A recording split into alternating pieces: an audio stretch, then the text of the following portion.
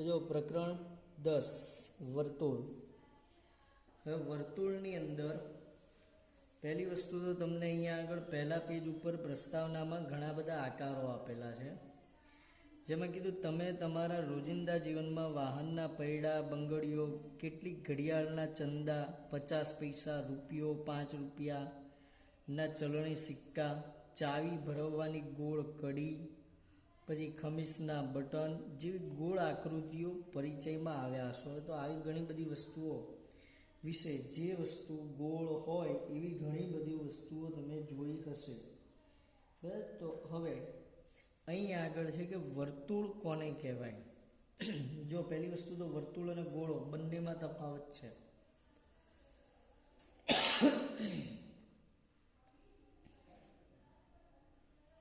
વર્તુળ જે હોય છે એ સૌથી મહત્વનું 2 ડાયમેન્શન આકૃતિ હોય, મતલબ 2 અક્ષ ઉપર રચાતી આકૃતિ, એક્સ અક્ષ અને વાય અક્ષ ઉપર. જ્યારે ગોળો, તો ગોળો 2 અક્ષ ઉપર ના હોય.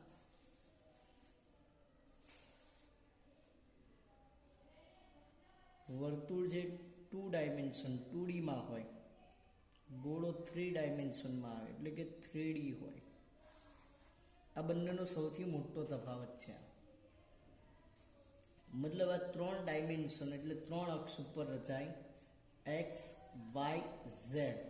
જ્યારે આ 2 ડાયમેન્શન એટલે એક્સ અક્ષ અને વાય અક્ષ ઉપર રચાતી આકૃતિ છે, એટલે વર્તુળ સમતલીય આકૃતિ બને. જ્યારે આ ગોળો સમતલીય નથી. હવે આને કેમ સમતલીય કહેવાય? તો યુક્લિડ ભૂમિતિ, જેની અંદર આવ્યું હતું સમતલ મતલબ સપાટી, 2 પરિમાણ ધરાવે. એ હતા લંબાઈ અને પહોળાઈ. તો લંબાઈ અને પહોળાઈ જે 2 પરિમાણ હતા એ સમતલ, એક લંબાઈ હશે અને એક પહોળાઈ હશે.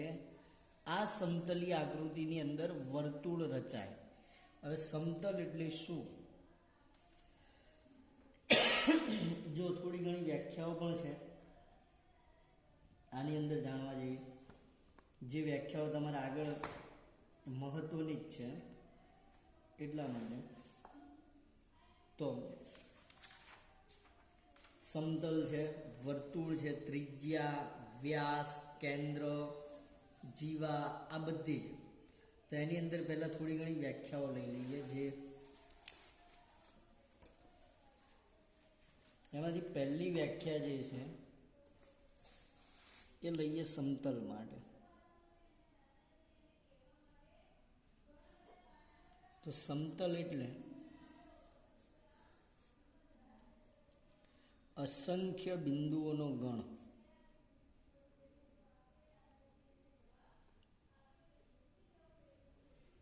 અસંખ્ય બિંદુઓનો ગણ એને કહેવાય સમતલ.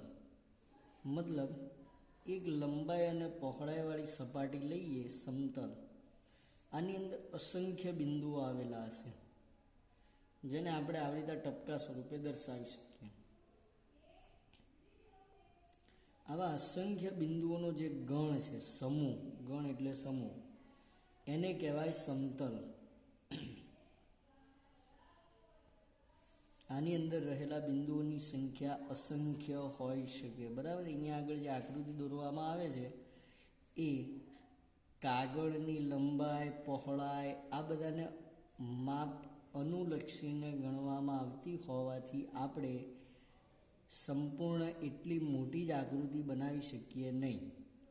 એટલા માટે અહીં આગળ જે આકૃતિ બનાવવામાં આવે લિમિટમાં હોય, પરંતુ આવા અસંખ્ય બિંદુઓનો ગણ જ્યારે ભેગો થાય ત્યારે આપણે એને સમતલ કહીએ છીએ.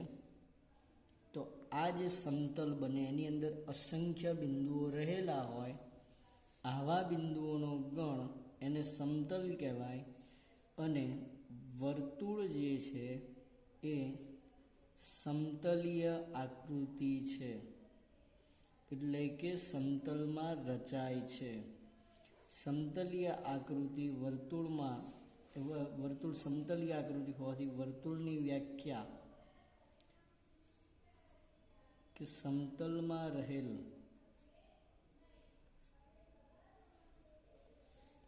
આ જે અસંખ્ય બિંદુઓ છે એ અસંખ્ય બિંદુઓમાંથી કોઈ નિશ્ચિત બિંદુથી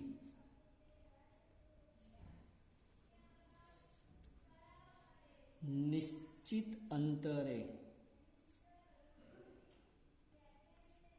આવેલા અસંખ્ય બિંદુઓનો ગણ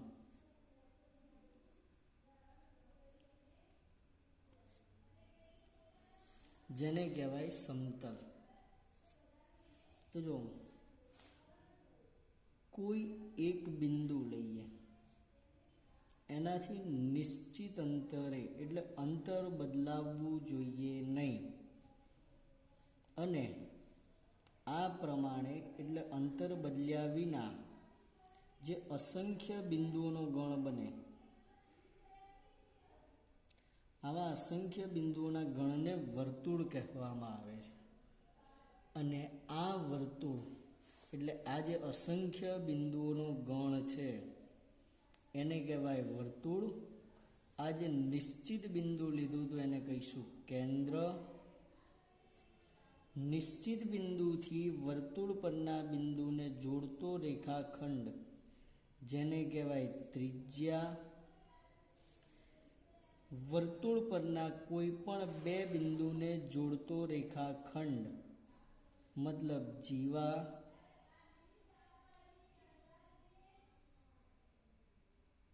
પછી વર્તુળના કેન્દ્રમાંથી પસાર થતી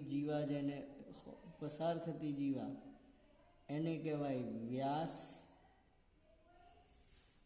બરાબર. તો આ જે છે અહીંયા અંદર વર્તુળ માટેની જેટલી પણ વ્યાખ્યાઓ થાય, પહેલાં તો વર્તુળ એ સમતલીય આકૃતિ છે અને સમતલમાં રહેલા અસંખ્ય બિંદુમાંથી કોઈ એક નિશ્ચિત બિંદુથી નિશ્ચિત અંતરે આવેલા અસંખ્ય બિંદુઓનો ગણ એને કહેવાશે વર્તુળ. આ વર્તુળમાં જે નિશ્ચિત બિંદુ છે એને કેન્દ્ર કહેવાય. અસંખ્ય બિંદુઓનો ગણ એને કહેવાય વર્તુળ. હવે નિશ્ચિત બિંદુ એટલે કેન્દ્રથી વર્તુળ પર રહેલા બિંદુને જોડતો રેખાખંડ એ હશે ત્રિજ્યા. વર્તુળ પરના કોઈ પણ બે બિંદુને જોડતા રેખાખંડને કહેવાય જીવા. અને વર્તુળના કેન્દ્રમાંથી પસાર થતી જીવા એટલે કે વ્યાસ જે સૌથી મોટી જીવા છે. વર્તુળનો જે વ્યાસ આવે એ વર્તુળ માટે સૌથી મોટી જીવા છે. હવે વર્તુળ જે છે અહીંયા 3 ભાગમાં વિભાજન કરે સમતલનું. આ સમતલની અંદર આપણે કોઈ એક વર્તુળ બનાવીએ તો આવું વર્તુળ સમતલને 3 ભાગમાં વિભાજન કરે. પહેલો ભાગ બહારનો સમતલનો આવડો બધો, બીજો ભાગ અંદરનો, અને ત્રીજો ભાગ વર્તુળ પોતે. તો આમ 1, 2 અને 3 ભાગમાં વિભાજન થાય સમતલનું. તો જો હવે આગળ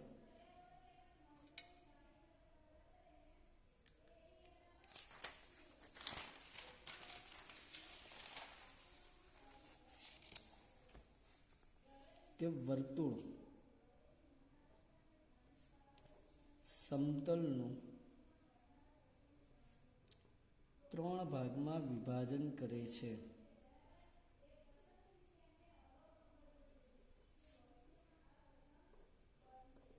જેમાંથી પહેલો ભાગ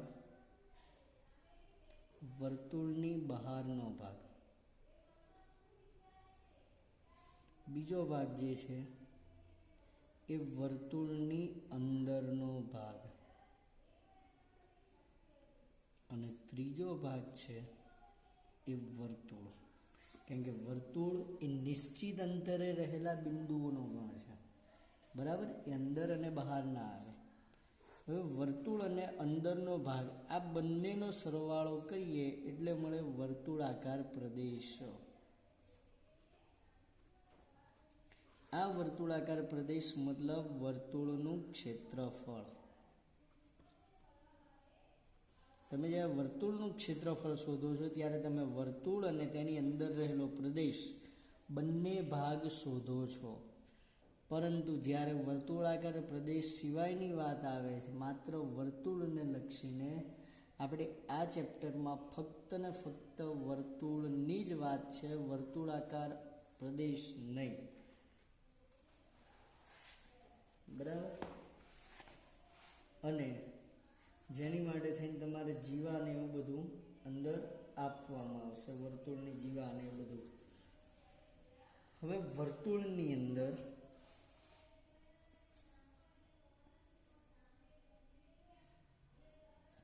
પહેલા તો વર્તુળ માટે તો નિશ્ચિત બિંદુથી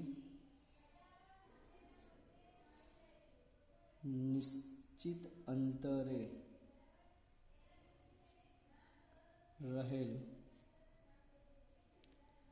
અસંખ્ય બિંદુઓ નો ગણ વર્તુળ કહેવાય છે.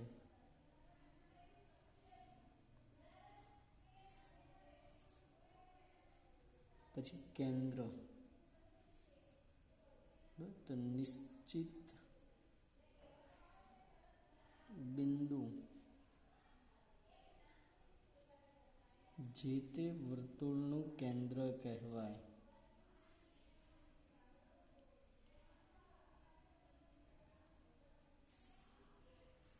ત્રિજ્યા, કેન્દ્રથી વર્તુળ સુધી અથવા વર્તુળ પરના બિંદુ સુધીના અંતરને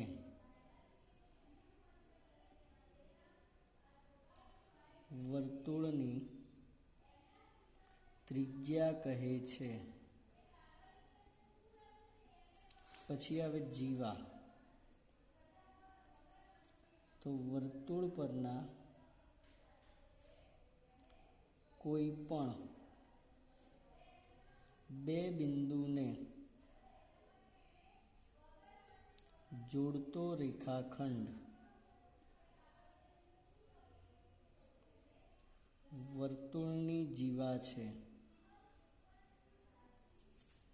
ત્યાર પછી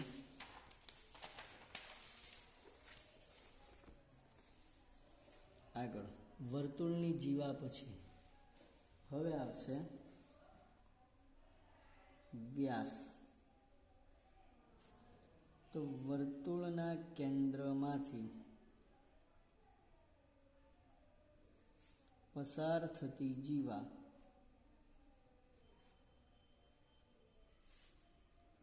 વર્તુળનો વ્યાસ છે. વ્યાસ ડાયામીટર હોવાથી અંગ્રેજીમાં ડાયામીટર કહેવાય એટલે ડી વડે દર્શાવાય. જ્યારે ત્રિજ્યા રેડિયસ કહેવાય એટલા માટે એને આર વડે દર્શાવીએ છીએ. વ્યાસ અને ત્રિજ્યા વચ્ચેનો સંબંધ એ છે કે વ્યાસ એ ત્રિજ્યા કરતાં બમણો છે, એટલે 2 ગુણ્યા ત્રિજ્યા, એટલે ડી બરાબર 2 ગુણ્યા આર આવે. જ્યારે આર હોય ત્યારે ડી છેદમાં 2, એટલે ત્રિજ્યાનું માપ વ્યાસથી અડધું હોય. ત્યારબાદ સ્પર્શક. આ ભાગ તમે ધોરણ 10માં ભણવાના, પરંતુ છેદિકા આ વખતે અહીંયા ભણવાના. એટલે સ્પર્શક હોય યાદ તો જ ખબર પડે છેદિકા શું થાય. તો કોઈ એક વર્તુળ લઈએ, આ વર્તુળને કોઈ એક બિંદુએ રેખા સ્પર્શીને નીકળી જાય. આ બિંદુ એ, આ થયો સ્પર્શક. મતલબ વર્તુળને ફક્ત એક જ બિંદુએ રેખા છેદે કે સ્પર્શે તો તેવી રેખાને વર્તુળનો સ્પર્શક કહે છે. બીજું આવે છેદિકા. તો છેદિકા એટલે કોઈ એક વર્તુળ લઈએ અને રેખા એને બે બિંદુએ છેદે. તો વર્તુળને પરસ્પર ભિન્ન બે બિંદુએ છેદતી રેખાને વર્તુળની છેદિકા કહે છે.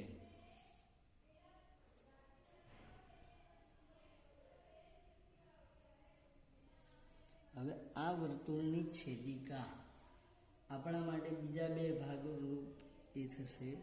એક હશે લઘુચાપ, એક હશે ગુરુચાપ. જો વર્તુળ આખો એક ચાપ છે, બરાબર. આમાંથી ગુરુચાપ અને લઘુચાપ એટલે શું? તો જે ચાપ અહીંયા આગળ આપણે તમે જોઈ શકો છો, આ ચાપની અંદર કેન્દ્ર સાથે બનતો ખૂણો 180 કરતાં મોટો હોય તો એને કહેવાય ગુરુચાપ, અને અહીંયા આગળ બનતો ખૂણો 180 કરતાં નાનો હોય તો એને કહેવાશે લઘુચાપ, બરાબર. એટલે આ વસ્તુ ખાસ ધ્યાન આપવી. બીજું એ સિવાય આવે પરિઘ, એટલે વર્તુળાકાર પથની લંબાઈ અથવા વર્તુળની લંબાઈ, જેને કહેવાય વર્તુળનો પરિઘ. વર્તુળાકાર પથની લંબાઈ હોય અથવા તો વર્તુળની જે લંબાઈ હોય એને કહેવાશે વર્તુળનો પરિઘ, જેનું સૂત્ર છે પરિઘ બરાબર 2πr, બરાબર. પાઈ અસમય સંખ્યા જેની કિંમત આપણે 3.14 અથવા 22/7 લઈશું. આ એક અસમય સંખ્યા છે પાઈ, અને 3.14 અથવા તો 22/7 લઈશું એની કિંમત. બીજું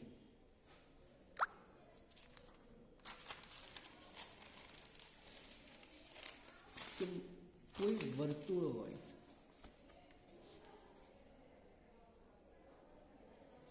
છેદિકા વડે એને બે સરખા ભાગમાં વહેંચવામાં આવે, બરાબર. તો દરેક ભાગ જો બંને ભાગ સરખા હોય ને તો બંને ભાગને કહેવાય અર્ધવર્તુળ.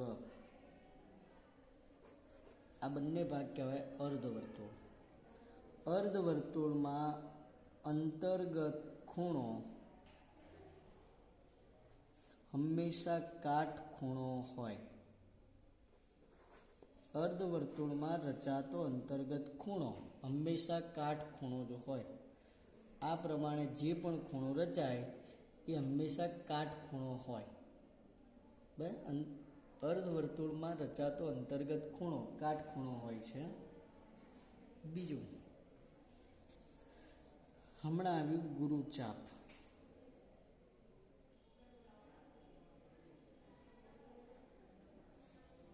જો બે ચાપ આવે છે, એક ગુરુચાપ છે અને એક છે લઘુચાપ, બરાબર. તો વર્તુળના બે ભાગમાં વિભાજન કરી, બરાબર. એમાંથી જે મોટો ભાગ છે એને કહીએ છીએ આપણે ગુરુચાપ. જેમ કે હમણાં આખું વર્તુળ દોર્યું છેદિકા વડે. માની લો કે આ એ બિંદુ અને આ બી બિંદુ, આ વર્તુળ છે. છેદિકાએ બે ભાગ કર્યા, એ અને બી બિંદુએ છેદે છે. તો આટલો ભાગ જે છે એ બી માટે એ થયો અહીં આગળ ગુરુચાપ.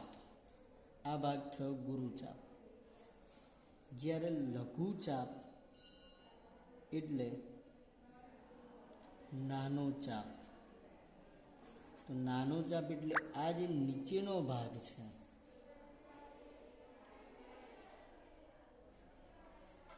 એ અને બી બિંદુને જોડતા જે ચાપ રચાય છે એ થયો લઘુચાપ.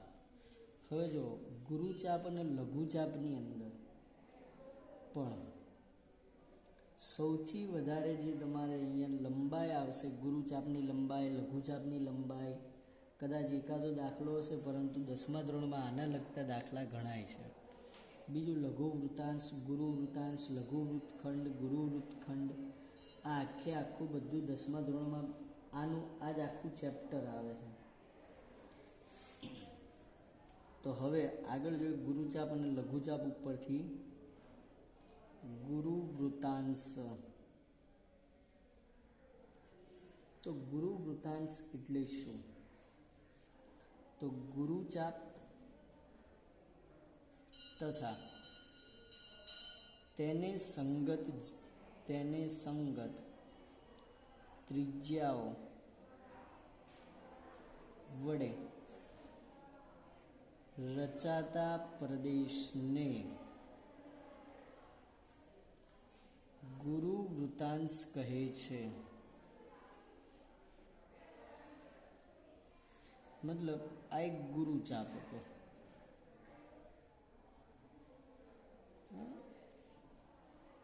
આ ગુરુચાપ છે. અહીંયા વર્તુળનું કેન્દ્ર ઓ રહેલું છે. તો એને સંગત ત્રિજ્યા ઓ એ અને ઓ બી, આ બંને ત્રિજ્યાઓ થાય. આ ત્રિજ્યાઓ વડે આ જે ભાગ બન્યો એને કહેવાશે ગુરુ વૃત્તાંશ. આ જે ભાગ બન્યો એને કહેવાય ગુરુ વૃત્તાંશ. હવે આવી જ રીતે આપણે લખી શકીએ લઘુ વૃત્તાંશ માટે. તો લઘુ વૃત્તાંશ એટલે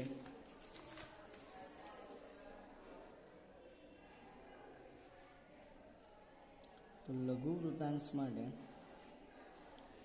લઘુચાપ તથા તેને સંગત ત્રિજ્યાઓ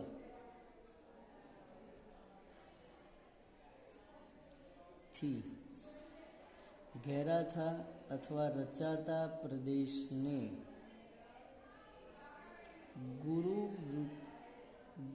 લઘુ વૃત્તાંશ કહે છે. તો જો લઘુચાપ હતો નીચેનો ભાગ એ બી લઈ ગયા. અહીંયા હતું વર્તુળનું કેન્દ્ર ઓ. તો ઓ એ અને ઓ બી આના વડે આ જે ભાગ રચાયો